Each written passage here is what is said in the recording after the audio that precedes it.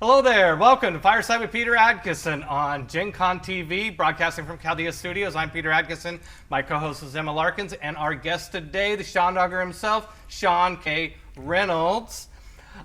We have also, what is it we do now? Oh, we go in search of stories. Yeah, we are here to go in search of the untold stories behind your favorite games, and we are focusing on Dungeons and Dragons, and we've been having a lot of fun doing this. So I hope you are too. And so let's get into it with Sean. Sean will have some great stories, I'm sure, because he was with TSR and WotC. Well, we're going to get into all that. So, Sean. Hey, Peter. Welcome to Fireside. Thank you. Thank you for being our guest. Thanks for being here. Thank you. Yeah. Oh, yeah. Oh, well, yeah. So, what we'd like to do is, first of all, kind of get everybody a chance to get to know Sean Reynolds, like where you're from, where you were raised, like the part of your life that takes us up to TSR. All right. Well, the short version of that is I grew up outside of San Diego. Okay. Went to college in Southern California. Mm-hmm. I've been gaming since I was 10. And about a year after college, I was working at a video game company, and I was active on the internet. I was their webmaster, and I got involved in a lot of discussions of the day about TSR and their online copyright policy, because at the time, TSR had a rule basically that if you wrote something for D&D, even for your home campaign, TSR owned that. And a lot of people were outraged by this. Wow. And I was one of those people. You didn't know this. Yeah. Back in the day, if you wrote something and posted online that was about your world or something, if it mentioned D&D, if it used the D&D stat block for the monster manual, like somebody as a joke wrote up giant chicken, does now TSR own this? It's like, according to the policy, yes. So this is pretty direct. This is like in the 95 up until okay, so 95. And so what was the video game company you were working? Yeah, I worked for a subdivision of Time Warner called Time Warner Interactive. Okay. They mostly made educational games, but I was their webmaster and their forum guy back when America Online was a thing. So was this in Los Angeles? It was in San Bernardino, California. Oh, okay. Yeah. Great. By the way, you mentioned San Diego. My ex is from San Diego, so I used to go down to Point Loma a lot, and I love San Diego. It's a beautiful city. Do you get back there much? Or I went to visit my mom my mom lives there. Yeah. So I go back about every year or every 2 years to visit with her. I like San Diego. That's great. I mean, it's kind of universally just a wonderful city. I don't think there's anyone out there. Right. Yeah. It's funny. It's fabulous. Because most people who think of San Diego are like, oh yes, it's Southern California, it's very much like Los Angeles. But if you're from San Diego, we're like, no, one of our defining personality characteristics is we are not Los Angeles. Oh, Blah, never say that. Yeah. Yeah, no, and there's a sort of a stigma about Southern California. If I run into somebody who says, oh, I've never lived in Southern California, I go, you haven't been to San Diego. That's good. Yeah, okay, so back to this. So you were online a lot before TSR. Yes. Like describe what you were doing online and how you knew about TSR's policy. I was a member of the AD&D electronic mailing list that an independent group had set up. I was active in the... Did it have a -L at the end of it? Yes, D&D/L.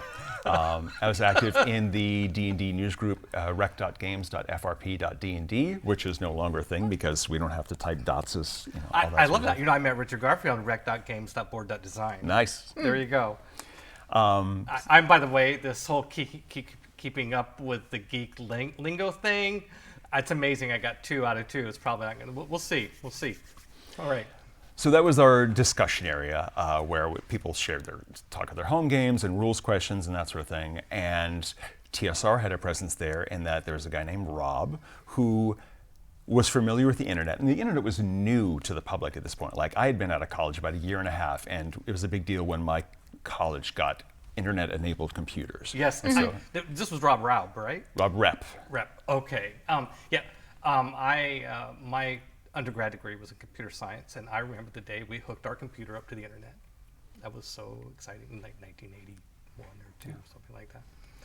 Yeah. So Rob was there, and this wasn't originally his job at TSR. He was part of the marketing or sales department, but he knew online stuff, and so it was just kind of assigned to him. They're like, oh, you know this internet thing, you can take care of all Nobody this. had, most companies, there was nobody that had the job of, whose primary job was be the online person at the company. It was just like somebody who had online interest and skills just kind of started doing it. Right. Yeah. And ended up like, oh, you do that. Okay, it's your job now. Yeah, and in this case, Yeah. it was basically a full-time job because this person was just dealing with this wave of angry gamers who were like, what do you mean my home campaign belongs to TSR because I voted for D&D? And so I butted heads with him a lot, and as did a lot of other people. And then Rob finally convinced the management at TSR, like, we need to have a full-time position for this because I actually have a job at TSR that isn't this, and it's not getting done. So he sent that message out to the AD&D mailing list, and Who wants to be the punching bag? yes, pretty much. He's like, hey, you folks might be interested in this. I applied and didn't expect to hear anything of it because Right. I was just a 24-year-old kid fresh out of college. I got a call 2 weeks later while I was at work. He's like, hey, do you have time to do a phone interview? I'm like, sure. Don't answer too loud because I'm at work right now. Because you didn't have a cell phone back then. You're Right. just on I'm your... on my work phone. Oh, okay. I'm at my desk at work. I can't imagine this is the first time I've heard of that happening, but I'm sure, I can't, but I'm feeling like it's the first time I've heard of a story where somebody is interviewing for one job while they're working at their Sure, it happens all the there. time. job. I'm sure it happens all the time. Yeah. Yeah. So the interview went well, and he said, we'd like to fly you out for an in-person interview. Scheduled that, came out, and And how do you get to Lake Geneva? yes, well, they flew me out because I was living in Southern California. So I show up at the Milwaukee airport, and I've never been to Wisconsin before, never been to the Midwest before. Right. He comes, picks me up, and takes me to the TSR office, which just looks like a boring corporate sort of building out in the middle of nowhere, and gives me a tour of TSR, and it's like, hey, here's Jeff Grubb, and I'm like, Yeah. here's Roger Moore, like all these big names Yeah. of these games that I had worked on. Starstruck. Yeah, that was crazy. I was the same way. Yeah, for sure. And so we do the interview, and then we go out to lunch, and we finish lunch, and he says, well, I have a few other candidates to look at, but that's pretty much a formality. You have this job if you want it. And I'm like, I haven't even discussed this possibility with my girlfriend yet, so give me a few days to think about it. 3 days later, told him yes, put in my 2 weeks notice at my current job, and 2 weeks later to the day, I was in the car driving out to Wisconsin to move. Oh my God, 24 years old, hired from San Diego, San Bernardino Yeah, to Wisconsin. to Wisconsin. Quite a change. Yeah. Wow. Okay, so when you interviewed for the job, what did they tell you the job was? I mean, what were you signing up for? So I was going to be handling all the communications for the company through email, which at the time was just tsrinc@aol.com. There was only an AOL address. One email, handing the email for the company, like as Yeah. opposed to every employee handling their own email. Yeah.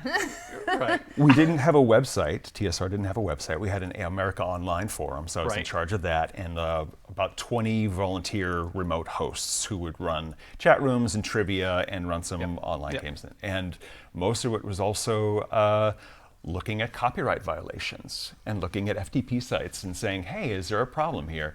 And there was a really kind of a fine edge to that knife because there was the TSR policy of if you write something for D&D, it belongs to us, which I disagreed with, but also, here's a copy of the complete Book of Elves that I scanned and put up as a PDF. It's like, I can't really let you do that. Yeah. So my goals were to get TSR a real website and get this policy changed that people could actually write stuff for their home games and not worry that TSR was going to sue them or claim it or anything like that. It's so interesting that was a thing. I mean, you just can't imagine it. Yeah, it's like, how do you even enforce that? And you're going to sue like a 12-year-old? You just send them a cease and desist letter and hope that that scares them. Like into not playing your game. yeah, it's horrible. It's a horrible setup for Well, okay, customer so friendliness. I mean, at Wizards, we were going through the same sort of thought process that somebody at TSR was going through to some extent of it. Is that like, well, what is the legal ramifications of? I mean, this was new territory. Yeah. If somebody is using your intellectual property, and in some situations, if somebody uses your trademark, for example, and you don't stop them from doing so, you risk your trademark. You risk losing it. Yeah. Right. You risk losing it becoming common. Kleenex and Xerox deal with that every day. Right. Yeah. Right. So there was this question. I mean, we dealt with it with Magic the Gathering in the same time frame that you were wrestling with it. We had a much more liberal policy because we assumed that there was, but we weren't sure. Yeah. All right. So you move out to Lake Geneva, and what's your first day? And what's your first day at TSR? What do you do? They got me set up in an office. I was sharing actually one of the larger offices with a guy named Mark Painter. He was on the advertising team. Yeah, I know Mark. He was at Wizards for a long, long time. Right. We were one of the few offices that actually had a window to the outside, which was nice. And it was this concrete old factory building, so that we got no reception in there except where our office was. So we actually could listen to the radio. My computer was the only one that had internet access. You had a computer. Yes, I did have a computer. Yeah. It Important for the internet job. It was dial-up. I dial up. And there was 600 baud or something. There was not a local number. So AOL, actually, because we had a fairly large firm, they gave us a special 1-800 number that companies could use to call in for the internet. All right. And that meant that other people at the company would sometimes like, hey, are you going to lunch? Can I use your computer to check my mail? I'm like, sure. Log on to my local BBS. Yes. Yeah. So that was my first day of just going, okay, I'm at TSR and I have a backlog of 200 emails to answer, just starting right off. I guess I'll start working on those. Yeah, just on your first day. Yeah. Just sleeping right in there. Right. Well, if that was your first day, what was your second day like? Second, it was pretty wild for two reasons. So I reported to Rob Rep, and Rob reported to Jim Ward, who was the VP of Creative Services. He's in charge of all the designers and the editors. Right. Rob was apparently not happy with having to do all the online stuff, and now that he had hired me, he put in his notice to leave the company, and they told him, you don't need to give us 2 weeks, you can just go today. So Jim Ward, VP of TSR, and just so everybody's listening here, Jim Ward has been part of D&D since the beginning. Like, Drawmage's instant summons and all the Drawmage spells, that's Jim Ward spelled backwards. That's Jim Ward. Right. Okay. Yeah, he wrote Deities and Demigods. Yes. Yes. Yeah, he's just this icon of D&D. And so suddenly, he shows up in my office, and I know this is Jim Ward, and he's a big, very physically, impressive sort of man. Yeah. I know Jim. And he says, so Sean, I just want to let you know that Rob has given us 2 weeks notice, and today is going to be his last day. So you are now in charge of TSR's online presence. You're going to report directly to me. And Jim is kind of a joker, right? So I'm like, okay, sure, okay, Jim, yeah, that's a great one, okay, yeah, okay. And he's like, okay, do you have any questions? No, I totally got it. You have any questions for me? No. Okay, good. And he turns and he leaves. And that's when he realized he is not joking. I'm suddenly in charge of all of this. I'm 24 years old, in charge of the online presence of TSR. The granddaddy.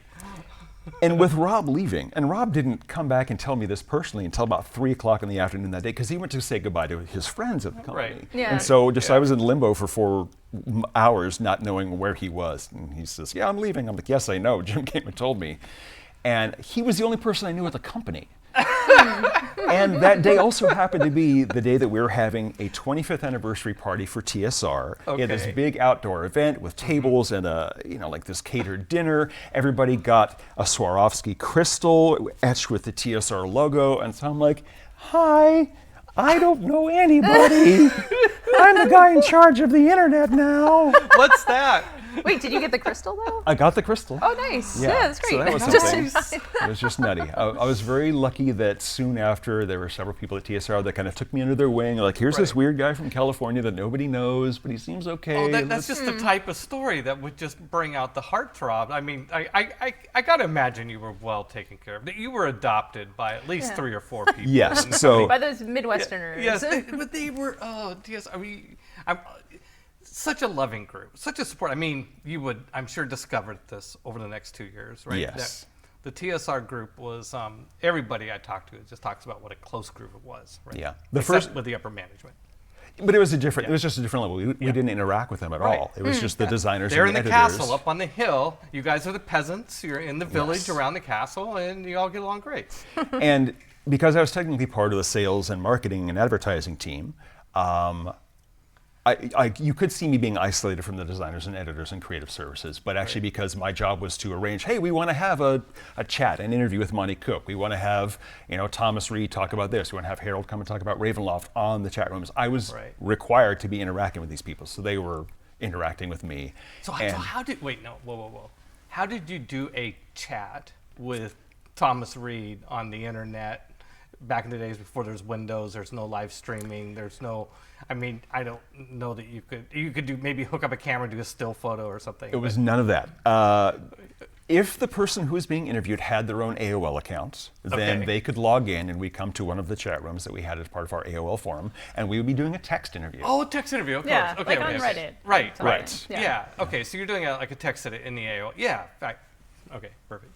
But that meant, required I had to type really fast to catch up with a lot of conversation. That was a key component of keeping up with the flurry of internet emails and all that sort of stuff back in the day. Okay, so. But that got me to know Bruce and Monty, and like Bruce invited Cordell, me to Monty Cook.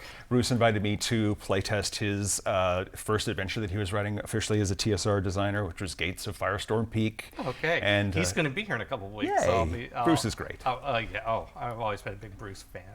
Yeah, so it was just, we had a really great community, and we all had to deal with the share of the weirdness of TSR having its financial problems, right? And a couple of rounds of layoffs, and then when we stopped producing product, we all just kind of huddled and said, okay. Before we get to all that, doing the chats in those days is kind of like what we're doing right now, a chat, but a text chat. Did you bring that to TSR? Had that ever been done? Was that a thing that was happening there already? Or? It might have been done a little bit, but really I was the one who made a point to say, this book is coming out. We should have that designer come and talk about their book so that people will get excited about that. Because it wasn't like now where you have months in advance of hype about, here's this new Planescape release or this new video game. It was just, and this book is coming out. And if you weren't associated with a retailer or a distributor, you wouldn't have the TSR print catalog that tells you when your new D&D adventure is coming out. So this was our opportunity to say, hey, internet fans, you are the most well-connected. We're going to give you this information so that you can tell your friends. Like streaming. Yes. Yeah. But by text. And this is all 1995.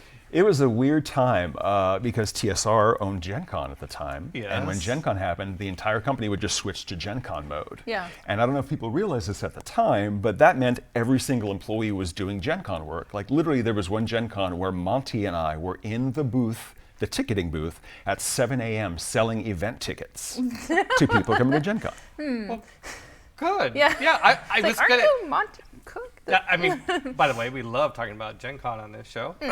Yeah, we do. Did you know when you went there that, like, your first Gen Con, you've probably never been to Gen Con. Never been to Gen Con. Right. So what was your first Gen Con like? Well, with Rob leaving, Rob used to be in charge of the electronic gaming area of Gen Con. With him gone, that fell to me. So I had never been to Gen Con before. Actually never been to a real game convention before. Right. So suddenly I'm having to wrangle all these people who are like, well, I need to show up here with my computers. And that area ran 24 hours a day when the exhibit hall closed at 6 p.m. So I had to find people who would be there at 4 a.m. to help run games. It was just, and I had 3 weeks to do it. Right. And this is just video games. Video games. So, because that's really interesting, because now that's moved away to other conventions, and Gen Con doesn't really have, like, LAN stuff, It's always been a little bit of it. Yeah. The cycle, the cycle of how much of that happens at the show, it's gone up and down. But there's always been there's always been a corner somewhere where, we put all those people. But it was LANs back then. It literally was people, there was a local Milwaukee computer group that they brought their computers, hooked them up, and then people could just rent time to play LAN games there at Gen Con. Yeah. I wonder if, did any of the D&D, I'm thinking of games from that era, like Eye of the Beholder, and that might be before that era.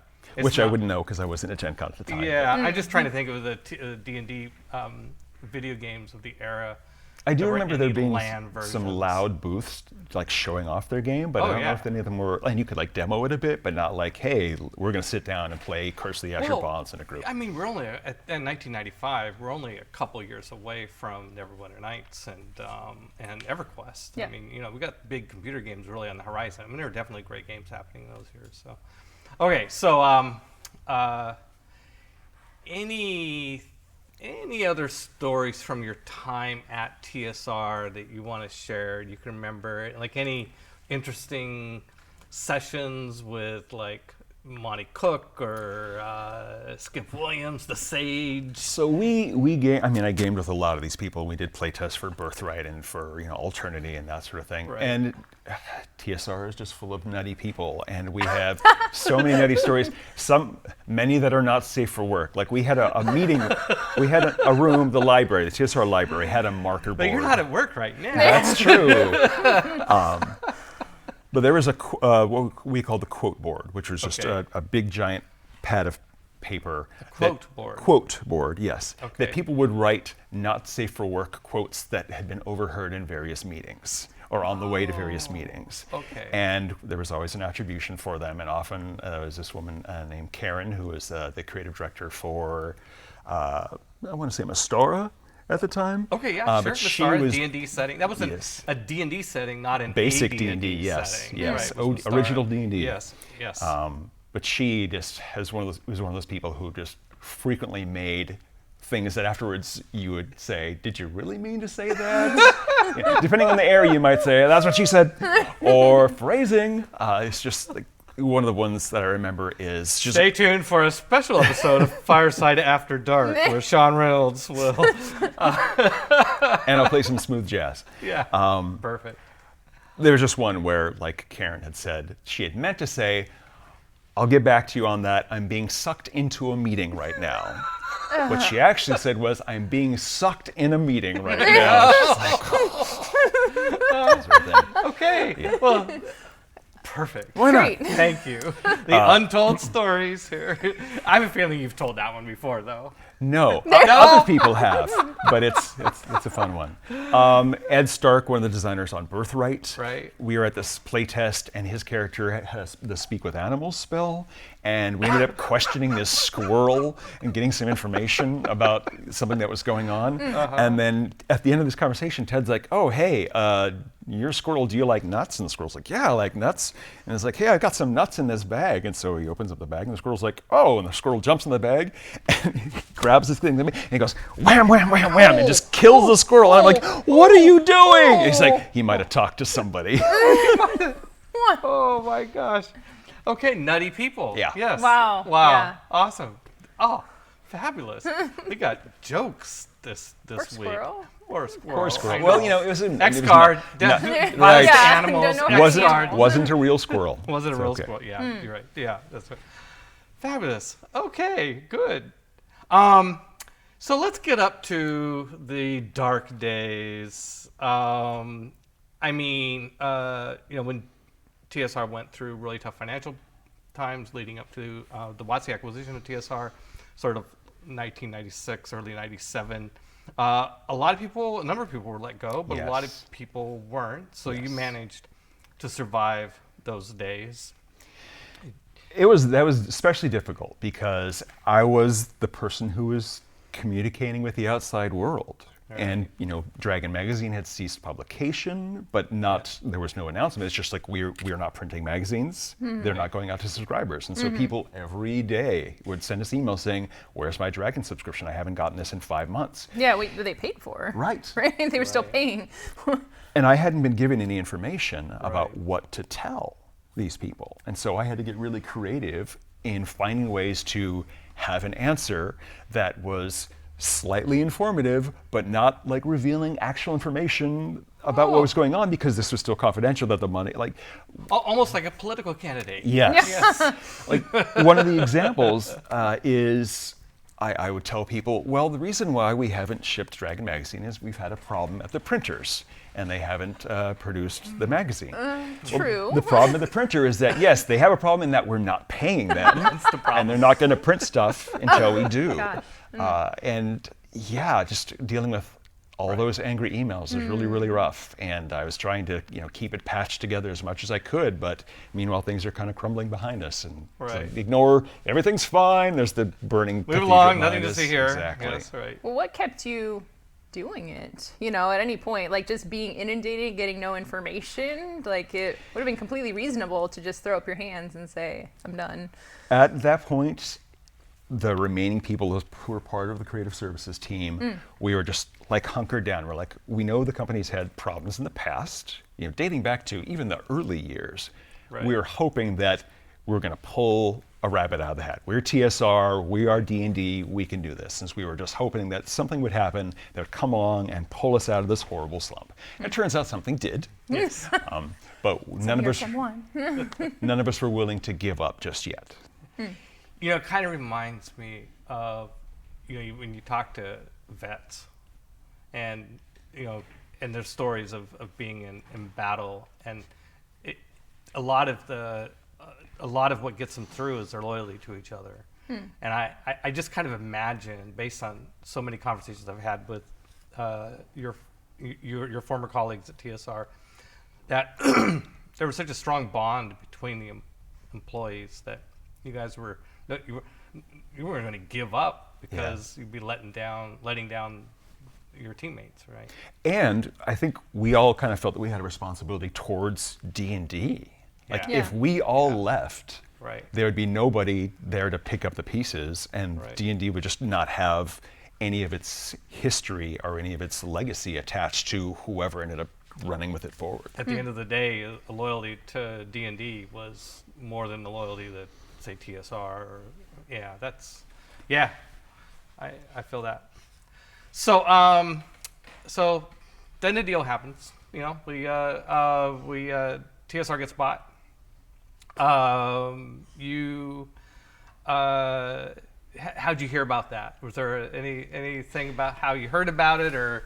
There had been rumors, and we finally got confirmation from upper management at TSR that this was happening. And then I think later that same day, Wizards of the Coast put out an announcement. Yeah, we had a coordinated release on it. Yes. And I remember when we heard the news, I turned to Dave Eckelberry, who was one of the designers, the designer editor, and I said, well, we should learn this Magic the Gathering game just so we can see what we're getting involved in. And so we went down to the local game store in Lake Geneva, which was, I believe, owned at the time by Margaret Weiss. Okay. And one of the main retail level employees was Ernie Gygax. Yes. So this was like the game store in Lake Geneva, which is a very small town, but that's where all the TSR people would go for their gaming stuff. Yeah. So Dave and I go down to the Game Guild and pick up some Magic starter sets, and we learn how to play Magic. He played in college. I had never played before, so we were doing this. And I don't know if it was that day, but soon after, you had come in for some sort of meeting, and you happened to go to the game store, and you walked in. I'm like, hey, Peter. And you're like, hi. I'm like, I'm Sean. Oh, hi. That was the first time we met. I think so. Yeah. We may have passed each other like while you were working on the deal, but we didn't really speak before that. Right. That's great.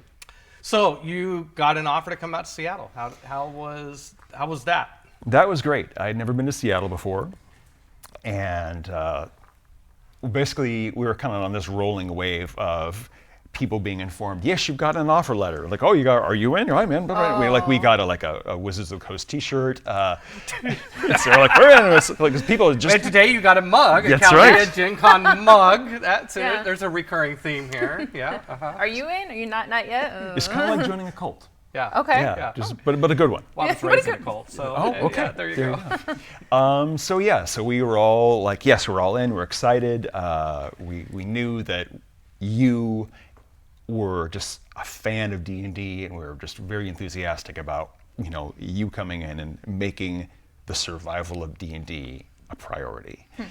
And then Wizards of the Coast flew us out so we could look for housing near the offices, and that happened to be one of the rainiest weeks in Seattle for the past several years. That's saying something. It was like a Midwest rain. Yeah. So we show up, and like the gutters of the sidewalks are like overflowing. I'm like, this is Seattle rain. Wow, this is crazy. I never knew it was like this.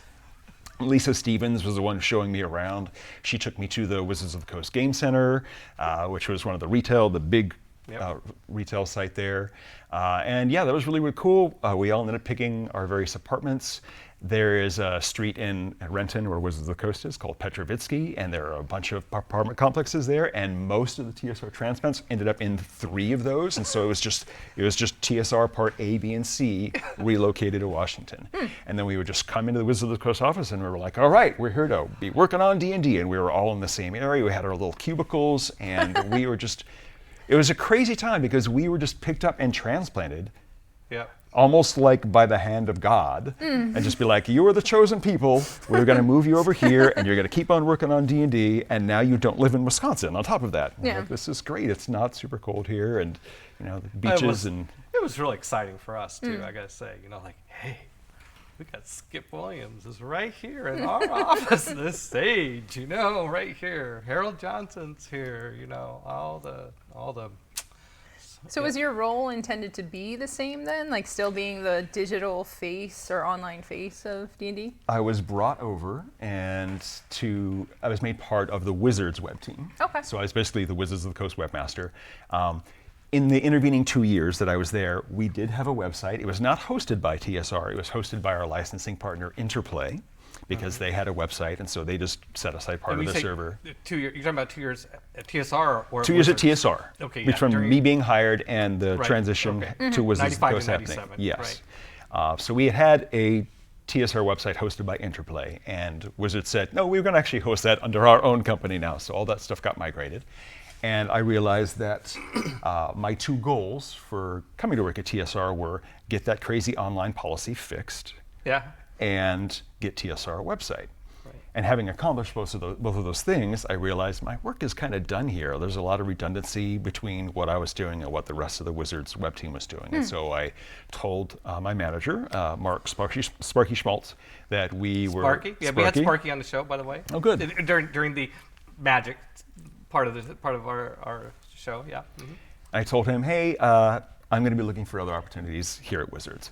And so right around then, I'd heard that there was a design job opening up for D&D, and Bill Slavicsek said, hey, you should apply for this design job. Bill was the head of RPG, R&D at the time. That's right. So I applied and did the interview, did the design test, and was accepted. And then there was a delay. I don't know what the cause of the delay was, maybe just some forms that needed to be filled, but the job wasn't ready to be opened yet. So I was kind of in limbo for a while between the end of my web job and the start of the design job. So I was a floater at Wizards of the Coast for a couple of months. Huh. So is it like Office Space where they kind of just put you in the basement? I had They're some odd jobs. I worked for the facilities team, inventorying like what physical hardware and computer hardware we had on everybody's desks. Jay Hayes Yes. and Bob McSwain? Yes. Yeah, okay. I joined the teaching and education group, and I built their intranet. So when you were like, oh, I want to work on getting my master's degree, and That was with Suman, maybe? Yes, I think Something so. like that? Yeah, okay. But perhaps the strangest one is when this woman named Monica, she had her baby, and so she went on maternity leave. And so I took over her job for a month, and she was Peter's administrative assistant. That's right. So I was answering phones for Peter for a month.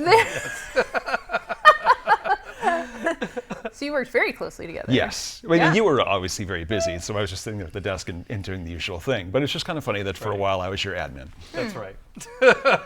Well, and Vince too, right? If And you Vince. were my admin, you would have been Vince Glory. He was on our show, That's by the right. way, last summer. It was great to see him. So yeah, great. So eventually you got the new job. Right, and there was a little bit of a battle about whether I was going to work on Dragonlance under Harold Johnson or on Greyhawk under Lisa Stevens. And Lisa, I guess, fought for me harder. So I was added to the Greyhawk team and started working on what would have been the last several Greyhawk books before we started doing 3rd edition, Right. which was a few adventures, and then I started working on Forgotten Realms under Rich Baker, and we were doing some of the late second edition projects for that. So some Adventures Greyhawk. Are you talking about like an adventure module that got published, or Yes. are you talking about Yes, okay, so I basically did, with Chris Pramis, I did Slavers, which is a return to the original Slave Lord series. Oh, that's right. He did work on that. I did the Yeah. 25th anniversary of the Against the Giant series. Chris is going to be our guest next week. Cool. Yeah, he's So at Gamma I right can now, I fact think. check your data. Oh, it's real. It's real. Yeah, he and I worked on Slavers together. And Chris is a funny guy. He's just such a nut, and he's just so New York that it's just New York versus San Diego. He has such very different attitudes about things. But yeah, that was a fun project to work on. Now, did you know Chris before you came out, or you got thrown in with him? Just thrown in. It's like, hey, this guy's going to be writing an adventure with you. I'm like, okay, sure, we'll do this. Was that? It's all so bizarre. It's pretty much just like you're going to be teamed up with this person and working on this adventure. And then the person who's going to write a sequel to your adventure is somebody else entirely, and then we're going to bring you back for the third adventure. Oh, really? Yeah, it's just because it's a matter of scheduling. Yeah, sure. I get it. Okay. So, so were you writing like narrative? Were you doing stat blocks? I was doing all that stuff. At the time when you were, and I assume now it's still the case, but when you write an adventure, they say you're writing 32 pages, you have a month. And so you're writing the story for that, you're doing the map sketches, you're doing all the stat blocks. Any new mechanics that come up, like there's a new monster, a new magic item, something, new spell, that's all you. This is just a solo project, start to finish. That's your unit right there. So like a map, you would sketch a map and turn over somebody like Rob Lazarati. Exactly. Or Yes. Dennis Kauth, one of those guys. Exactly. And they would do A nice version. Well,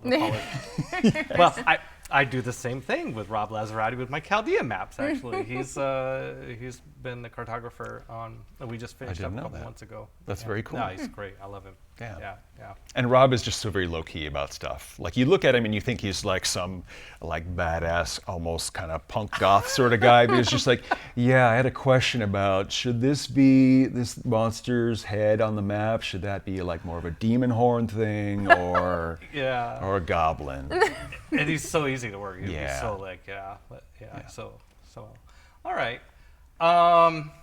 So then you went to Forgotten Realms from there? Is that what you Yes, said? Yeah. from Greyhawk to Forgotten Realms, because I think at the time they were thinking they were winding down Greyhawk, and they were going to make kind of a neutral version of Greyhawk, the official setting for third edition D&D. That's right. And so we stopped doing Greyhawk stuff as a separate line, and I joined the Forgotten Realms team. Yeah, I remember that strategically. We had Ryan Dancy actually on the show, and there was a lot of his analysis, which I agreed with, was that the lines were cannibalizing each other to a great extent, and that TSR had to get out of the business of supporting so many lines and focus. And I think the idea was that Forgotten Realms would be the one line we'd do a lot of work on. Greyhawk, we'd leave it kind of nebulous, but we'd keep it around as kind of the implied setting, Source of names from the books. Because I mean, you're going to have draw mage spells, you're going to have big B spells, you're going to have things like that, and those are all Greyhawk names. If you took those out, you'd feel like you'd be taking away something from D&D. But you can honor that and still move forward and focus on Forgotten Realms by doing it that way. Right. So what did you work on in Realms? I worked on a couple of adventures. There's a source book called Cloak and Dagger, which was all of the various mysterious cults and evil groups that you could have as antagonists. Cults again, there's a lot of cults going on. Right. And then as they were finishing up the third edition design, I got pulled over to do a little bit of monster design for the Monster Manual by Skip. Yes, let's talk about that. That was a bit weird. So. Oh, good. So. The design team at the time was Jonathan writing the Dungeon Master's Guide, Skip writing the Monster Manual, and Monty writing the. We're talking about Jonathan Tweet, Skip Williams, yes. Monty Cook. All these people that I mentioned, they do have last names. Yeah, you don't need to say everyone knows. Okay. Come We're on. I used to have a really bad habit of always saying, "Oh yeah, my friend Monty Cook," and I would say that to someone, to like my sister. It's like, "Yes, I game with him. I know his name is Monty Cook. You can just say Monty." Sorry, I tend to reintroduce people, and that's just a thing. That's great. So they were the three primary authors of the three main books, and then also you and Rich Baker were also heavily involved in various capacities as part of that team. But I think I was probably one of the first people from outside that group to be brought in to say, we actually want you to just design some things, not as a let's give your creative input, but we need you to write this. And so I wrote the Blink Dog and the Displacer Beast and some of the other like standard D&D sort of monsters, which were like the idea of like, this is a humanoid, this is a beast, this is an aberration. That's where that sort of stuff was very new. Like, that had been invented for third edition. And so I was like, how do you think about this, Skip? And he's like, well, this should be actually like this. Because they didn't have design docs telling you how to do this. It was just kind of read the book infer how things are supposed to be, and then make that work. And we'll run that by Skip to tune it up. It's kind of like tags, really, or hashtags, if you will. Like that was something kind of new in 3rd edition that, undead was like a type. Right. And demonic was a type, and orc, whatever. Yeah. Yeah. So so Skip was writing the monster manual. So Yes. you were working a lot with Skip. Yes, and Skip it's a grognard. It's funny, like he has. He's had, the sage. Yes, He was the sage. If you don't know what, I don't know, maybe somebody out there doesn't know what I mean by the sage, but like back in the day, back in the 80s, TSR days, you have a question, a rules question, you would send it into Dragon Magazine, and if you were lucky, by mail, of course, snail mail. yeah, you'd mail it into TSR, and Skip every issue of Dragon Magazine. There would be Sage Advice, which was Skip answering letters on rules and stuff, and given the scoop. and so he had to deal with all sorts of nutty-ass corner case questions that some of them just made no sense. And it's just like, if you read the text, like Sage has earned the right to be a grognard because he has dealt with so many, like the worst min-maxers that you've ever had in your group. Yeah. Skip has dealt with all of them. So he could explain how to factor in weapon speeds and casting times for like during surprise rounds Yes. of an AD&D conflict. Yeah. And he'd say like, well, because you have a glaive arm, you could actually use it in this mode or that mode, whether it's a bludgeoning or slashing weapon for this. Just that's Skip. Yeah. So that is kind of just, again, a weird place to be in. I was a 26-year-old kid at this point, 27, and working on the monster manual under Skip Williams. Just nutty. Like, if you told teenage Sean any of this, I would just call you a horrible liar. Was he? So did he like really go through with a fine-tooth comb on all your mechanics? And Oh yeah. I mean, he was nice about it because we've known He's a nice each other. guy. He is a nice. We're sitting here. Yeah. Yes. He's a grognard. He's one of the nice grognards. Yes. Yeah. I mean, he's again talking about people who have a legacy of D&D. He was in Gygax's campaign when he was an 18-year-old kid. Right. Before he came to join TSR. It's just like, hi, I'm Skip, and I'm playing D&D with Gary Gygax. Yeah. That's what he sounds like. Yeah. Well, we're gonna. I'm actually hoping that he's gonna fly out if he's not been scared great. away by the coronavirus. Sure. I'm trying to get him out, and he's currently on the schedule for April sometime. Nice. So hopefully, knock on wood. But he was very kind in his development criticism. Like I had given Blink Dogs sneak attack because the whole idea of Blink Dogs is, oh, they're going to blink and teleport behind you. And it's like, oh, if you give them sneak attack, that's a really cool thing that works with that because they're flanking. Because flanking was a new thing in D&D. Right. And Skip said, yes, that is cool. That makes them too deadly. We're going to take that out. I'm like, oh, okay. But yeah, flanking was new in terms of calling it flanking. Right. In AD&D you had facing with your miniatures, which 3rd edition got rid of. So if you don't, how do you have the idea of attacking somebody from the flank or the rear if there's no facing for the miniatures? So well, if you had a friend who was threatening the opposite side or whatever, however that rule worked. All right. All right. So. After working on the monster manual, I mean, eventually the monster manual got published. You must have done, at some point you had to do something else. The next big thing for the Forgotten Realms team was a new, what we in a previous edition would have been a box set. But they realized a box set's not super profitable anymore, so we're just going to make a big old hardbound book that'll be the new Forgotten Realms campaign setting. Yep. And we wanted to have a diverse group of people with different gaming backgrounds working on this. You have to have Ed Greenwood because he is the creator of the Forgotten Realms. We wanted to have someone on the 3E design team, so that's Skip. We wanted to have a guy who has had some experience working on all the Forgotten Realms lore, that was me. And then a new guy, a wild card, and that was Rob Hainso. Oh, Rob Hines, yes. A Watsy, or was he a new? He was new. Was he new hired into? I think so. Like literally, I was in the Forgotten Realms design team meeting for that week, and there was this guy who had just been hired, and like they neglected to introduce him. They're just like, oh, here's this, and I'm just like, who is this guy? And now I'm actually, I know Rob very well. Like we designed that stuff together. I was just in a game session with him last week. Right. So it's funny how these connections all form. Maybe I'll see if he wants to come on the show. It'd be fun to talk to him. He's fact check. He's very entertaining. He is like as I As he was being very Rob in that game, I said, "Oh, Rob, never change. It's always be you." He's got a wacky element to him. Yeah. But we were ready to sit down and take the 3rd edition rules and plug them into Forgotten Realms. And the philosophy that we had was Forgotten Realms exists as a place. Yeah. And D&D is like our Magic television set that we use to see the Forgotten Realms. The Right. changing of D&D doesn't change the realms, it just changes our filter of how Right. we see the realms. So we had the opportunity to do a lot of things of, well, now that you can actually create magic items in the rules, let's put that in there. Now that prestige classes are a thing, let's make, Red Wizard a prestige class. Let's make this Knights of Cormyr that have always been part of the lore. Let's make it part of the game Prestige mechanics. classes, right. Yeah.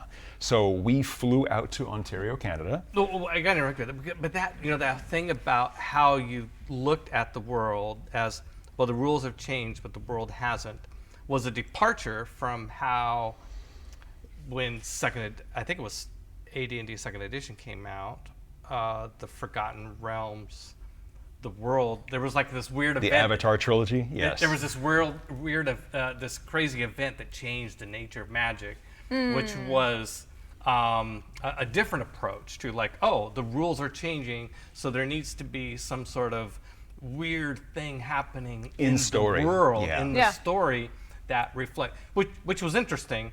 But I remember having a conversation about Forgotten Realms, like, listen, no, we're not doing that again, because it was fun to do that once, but you don't want to do that every time there's a new edition. You don't want the whole world Exactly. to get upset and turn topsy-turvy, right? Yeah. So, Because a lot of people who play Forgotten Realms, they don't want to have their campaign world blow up right. just yeah. because Yeah. it's an external event. Right. Exactly. Yeah. So we didn't do that. Yeah. And we just we kept advancing the timeline incrementally a little bit.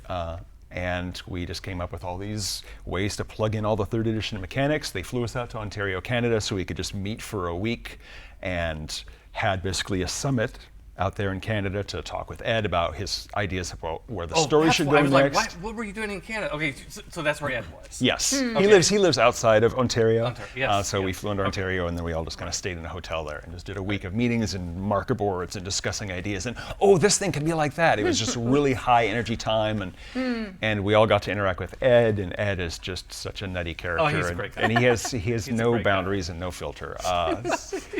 Like one of my favorite Ed stories, it relates to me in that we went out to dinner, and I met Ed at Gen Con like once or twice. This is the first time I spent more than 30 minutes with Ed.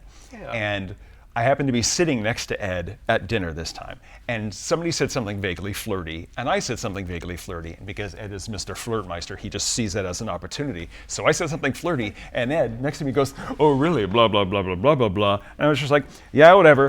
And just know, like, a lot of people would be like, "Ed, you're a big, hairy, Elminster sort of guy. Could you not lean on me so much and waggle your eyebrows?" And I was just like, whatever. And he was like, "I like that." I like you. He's just, he was very happy to see how chill I was about him being flirty. I remember when we did the deal for the TSR, Ed was one of the people that, of course, that I went and circled up with and made sure that he was okay and taken care of and everything like that, and felt good. And he was very welcoming to me when I came out and everything. He's a great guy. Yeah. And then we made the Forgotten Realms campaign setting, which is still one of the books I am most proud of. It was a horrible amount of work, but it was I don't great. blame you. I thought that was a fantastic book.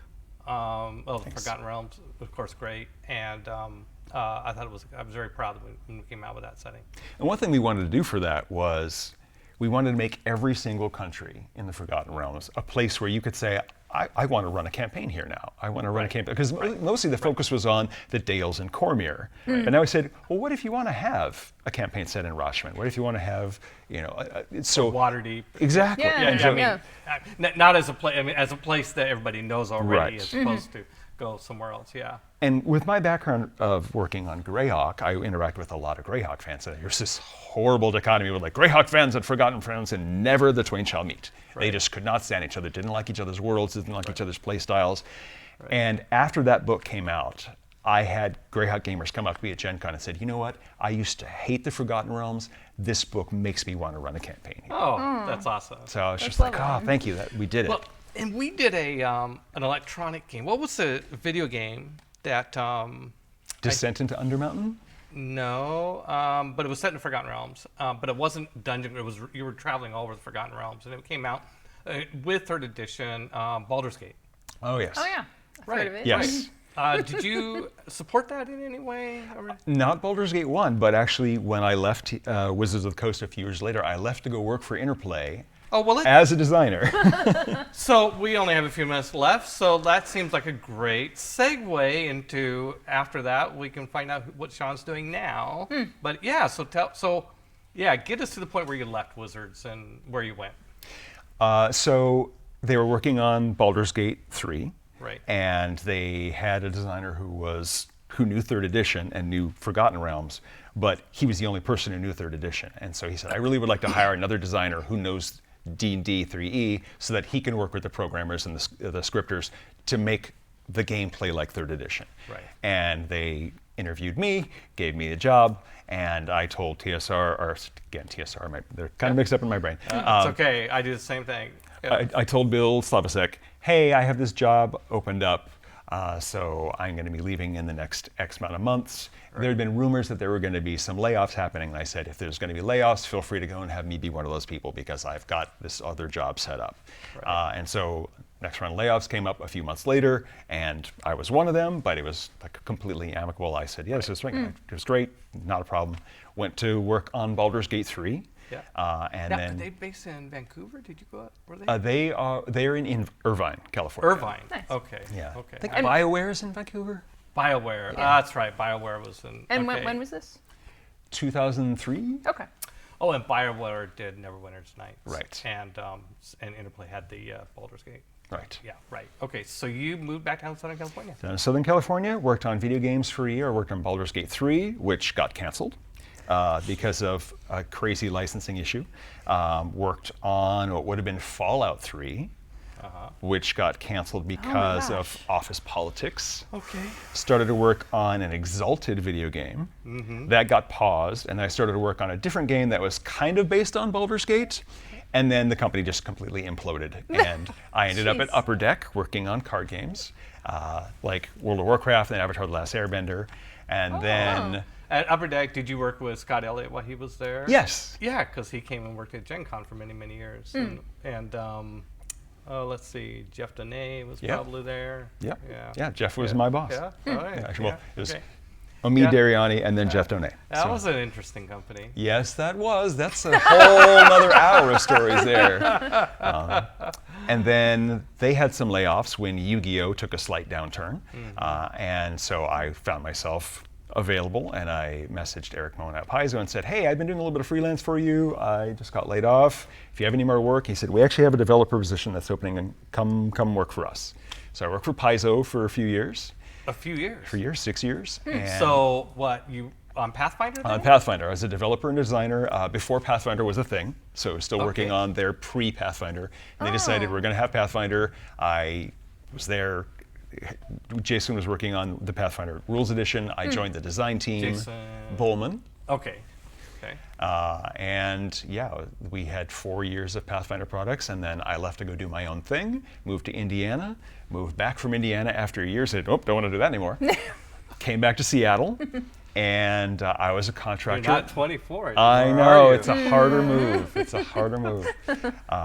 Came back to Seattle. I was a contractor for Wizards of the Coast for a year, and I was going to be working on a database of lore to make it easier for licensors or licensees to have like, hey, we're writing a game in Cormyr. Here's a packet of information on Cormyr, as opposed to here are 300 books and novels of which you should ignore half because they're out of date. Yeah. But I ended up doing some design there for like the Volo's Guide to Monsters. Oh, nice. And then my contract ended, and literally right around that time, MCG said we need someone to run our community. Monty Cook Games. And I got hired by Monty Cook Games, and now I've been working with them for almost, let's say that was 2016, so coming up in 4 years now. And then I switched from being the community guy to the project manager, and now I'm back to being a developer and designer on Numenera and the Cypher System. Nice. I've been all over. Yeah. Well, you know, like I said, you're not 24 anymore. You're at least 25 years older 25, than yeah. that. Or, yeah. No, I'm 49. That's 25. Yeah. yeah. I've been working as a designer for more than half my life. My entire professional career, has been in design. It's crazy. Right. We actually have a question Oh, in the chat. yeah. All right. So Great. What So do we got? Sean, Yeah. who was a major influence in RPGs for you? Either someone who influenced you or someone that had the biggest impact on you personally? I'm going to repeat that for the chat so they can Absolutely. hear it. Sean, who is a big influencer for you in RPGs? Well, if we're talking young Sean, then I would say it's probably Gary Gygax himself, because I grew up reading his letters in Old Dragon magazines and reading those original modules and things like that. Fast forward to when I actually was a designer, I think probably one of the most influential people was Jonathan Tweet. He was the developer of the first adventure that I wrote for Greyhawk, and he is so smart. Yeah, Jonathan is just so smart. And he just applied his developer mind to my adventure and had all these questions about things that were not just questions about my adventure, but questions about the rules in general. Like, that is what made Jonathan realize that second edition D&D didn't have an official rule for what characters needed to roll to find a secret door. The game told you elves needed to roll a 1 or 2 on a d6 to find a secret door. And it made it sound like elves had an easier time than other character races. right. But it never actually said everybody else needs to roll a 1 on a 1d6. Oh, okay. Because when the second edition rules were written, everybody knew that, but it was just left out. And so everybody who played second edition who knew that rule either played first edition and Yeah. carried it over from there, or played with someone who played first edition and they just heard it. Right. So just the idea of like, oh, you have this machine level of data processing in your brain and apply that to the kind of wiggly, timey-wimey rules of second edition was just fascinating to me. And that's actually how I kind of became a developer. I said, okay, I can do that too. I've got a degree in chemistry, and so just step-by-step analysis. Mix is up the those thing. ingredients. Yeah. Yeah. And then you must like Monty. Yeah, so Monty took me under his wing, and having worked on D&D and Pathfinder, and that's very, mathy. Right. Now we have the Cypher System, which is a much more loosey-goosey sort of game, and much more. It was a nice change of pace after working on a very detailed, rules-intense game like third edition. Right. And everybody at Monty Cook Games, like I've known some of them for 10 years, I've known some of them for 20 years. We're all friends, we game together. I'm just so lucky to be working at this company with these great people who are really creative, and they all have good hearts, and we're just trying to make great games and be good to the earth.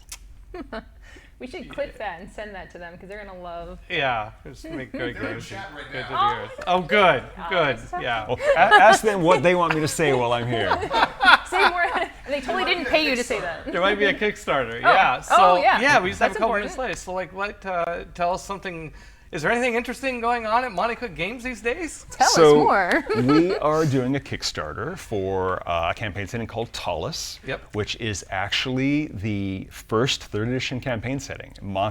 It was Monty's home game Yep. after they had finalized most of third edition. And so we were all playing in this game where there's this city and there's this weird spire with this ancient half-gods, castle on top, and there's dungeons underneath. It was meant to be the original, like, hey, here's a reason for this dungeon to be underground, and you can have characters who do city adventures or dungeon adventures, whatever. It was built to be the campaign of the third edition rules are like this. We're going to fully embrace that, and we are doing a Kickstarter now to republish that in 5th edition stats and Cypher System stats. Good. And it's running for another couple of weeks, and it's going to be designed by Monty and Bruce and I. Monty and Bruce and I, well, obviously Monty ran the game. Bruce and I are both players in the game. Right. For a while and Bruce was actually playing in Monty was running 2 different game groups in Talus at the same time, every single week. So is it going to be any good? It'll be pretty good. I mean, the original book is I like throw out that question every once in a while. It's going to be that's good. fair. It's gonna be 500 or great. 600 pages It's gonna be book. And at the fantastic. time, it was just this. And it the was Kickstarter's novel. doing really well. It's It's doing going well. through We're rough this fight. close Yeah. to like hitting $500,000. nice. That's nice. And we're That's unlocking nice. some great stretch goals. And like we just wrapped up and just released this book called Arcana of the Ancients, which is taking Right. our Numenera setting and translating that into 5th edition D&D. So Bruce and Monty and I are all like super familiar with 5e now and looking Yep. forward to like, okay, prestige classes were a thing in Talus, that's not a thing in 5th edition. How are we going to do that? Yeah. How are we going to do this? And so it's Right. like, I love those sort of crunchy design decisions. And so I'm super excited about this. Yeah, I bet that's a lot of fun to take something like Talus or Numenera and figure out how are we going to look through a different television set Yes. through the 5th edition. And at the lens. same time, because we're going to have a 5th edition book and a Cypher System book. Right. And we want to, I mean, the non-rulesy content is going to be the same. Like, Yeah. so-and-so lives here, and they have a shop, and it sells potions. Right. But what that is in 5th edition or what that is in Cypher System is going to mean very different things. Well, we are. I got one question before we're out of time. So looking back at those years in TSR, it sounds like it's a pretty good memory for you. Yeah.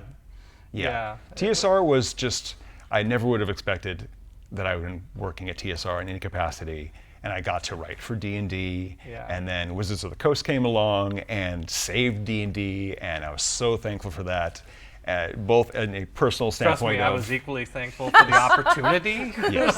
Like it was, yeah. but just like the personal thing of, hey, I get to have a job still, Yeah. Right. but also D&D gets to go on, and it's in the hands of this person who absolutely loves the game. Yeah. And we knew that you were a gamer and that you had this high-level campaign, and you were just there 100%. And it was just so nice, and it was a safe and a welcoming environment. Like, Wizards of the Coast was just an incredible opportunity, and I'm so thankful And you for know, it. and I think they're still doing great work.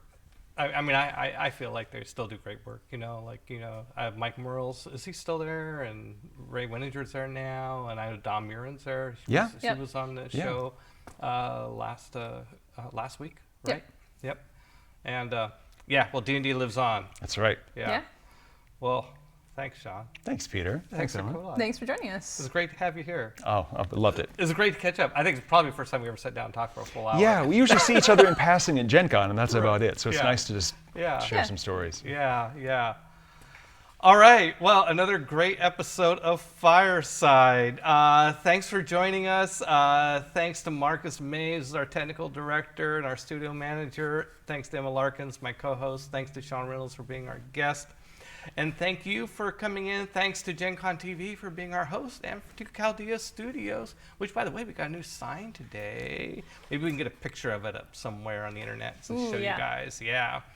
I'm sorry. I'm just like really excited about the new sign. It's a good It's sign. really You great. gotta have things in moments, that get excited. So it's going to be a week before we're back with Fireside, but we have other Gen Con TV events between now and then.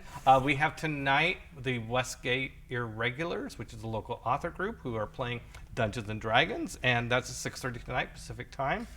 Friday we have Table Takes at 11 a.m. Emma will be back for that. And the industry round, the new release rundown. So close. I So know. close. New release rundown. Why do I have so much trouble with that name? At 12:30 on Friday, and then RPG night Friday night. Well, it's just game night. Yeah, The game Gen night. Con game night is Friday night at 6 o'clock Pacific time. Monday we have the table game with the Brothers Murph at 6 p.m. And then Wednesday, we will have minis with the Brothers Murph at 9 a.m. And we'll be back for my show, Fireside, at 4 p.m. And our guest next week will be Chris Pramas from Green Ronin. And so we'll hear the other side of the story. About slavers. About the slavers, yes. Well, help me remember to ask Chris about the slavers. And if he gets a blank look, that would be a great story. All right, that's it for our show today. Thank you for joining us.